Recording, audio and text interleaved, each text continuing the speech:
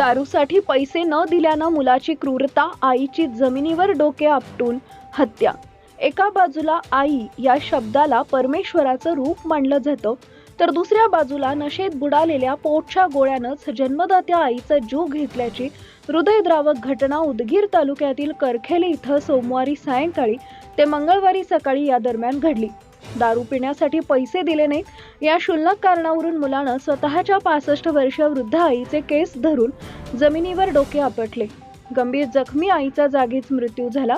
याबाबत उदगीर ग्रामीण ठाण्यात बुधवारी सायंकाळी खुनाचा गुन्हा दाखल केला आहे।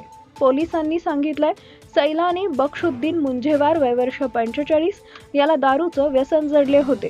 सोमवार सायंकाळी ते मंगळवार सकाळी आई यासीन बी बक्षुद्दीन मुंजेवार वय वर्ष 65 यांच्याकडे दारू पिण्यासाठी पैशाची मागणी केली, मात्र आईनं पैसे देण्यास नकार दिला। याच रागातून सैलानीनं आईला बेदम मारहाण करण्यास सुरुवात केली।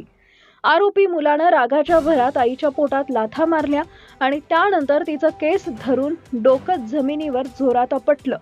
यामध्ये गंभीर जखमी झालेल्या यासीन बीचा जागीच मृत्यू झाला। घरातील अंगणातच रक्ताच्या थारोळ्यात वृद्ध मातेचा अंत झालाय।